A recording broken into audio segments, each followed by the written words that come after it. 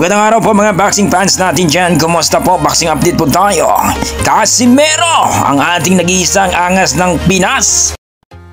Ayon sa ating mga eksperto, mga idol, walang duda na itong si Cuadro Alas General Casimero, ang ating Lodi, na kung saan ay posibleng magiging 4 Division World Champion dito sa Featherweight Division o 126 pounds mga idol. Well mga idol, hindi po maumalayo mangyari po yan mga idol, sapagkat itong si Casimero ay may karanasan na ito sa pagiging championship fight mga idol.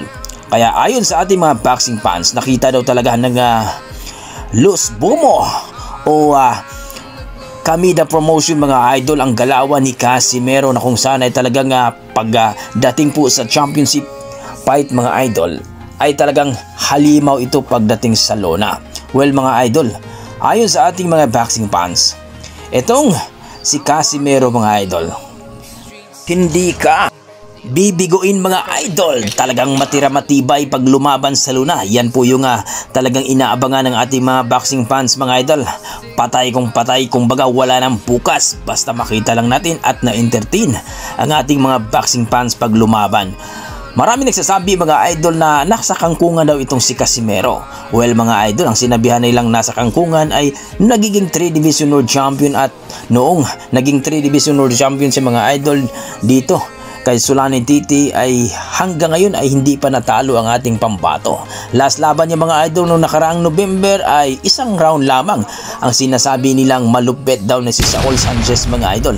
Maraming ang natalo mga idol, at hanggang ngayon ay hindi pa daw sila nakabayad sa kanilang utang dahil talagang pumusta sila kay Saul Sanchez mga idol. At dito na nga mga idol, eto ngang si Luis Pantera Neri, ang bad boy ng Mexico mga idol, ay talaga namang grabe, no? Tinira ni Casimero mga idol. Ayon kay Cuadro Alas Casimero mga idol, na paano yan? Pareho na tayong nasa hawla.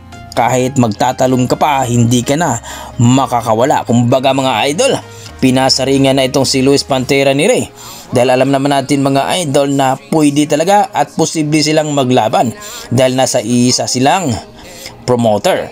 Kahit naman ito ay hawak pa rin ni Sean Gibbons.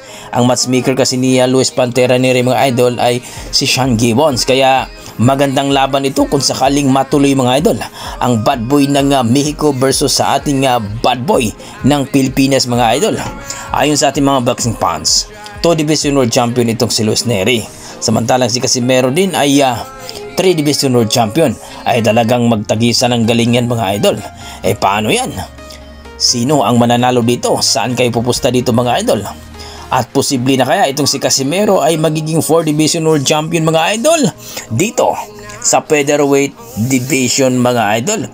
I-komento mo na sa baba mga idol kung ano man ang inyong mga opinion. Sa kabilang banda mga idol, Manny Pacquiao mga idol, gusto daw talaga makalaban niya ang malakas. At gusto daw niya itong si Tank Davis mga idol, dahil kung magre-retiro naman daw itong si Manny Pacquiao mga idol, ay talagang doon daw siya lalaban sa malakas. Pero nangangamba ang ating mga boxing fans mga idol, dahil iba na daw ang kalibre nitong Tank Davis mga idol.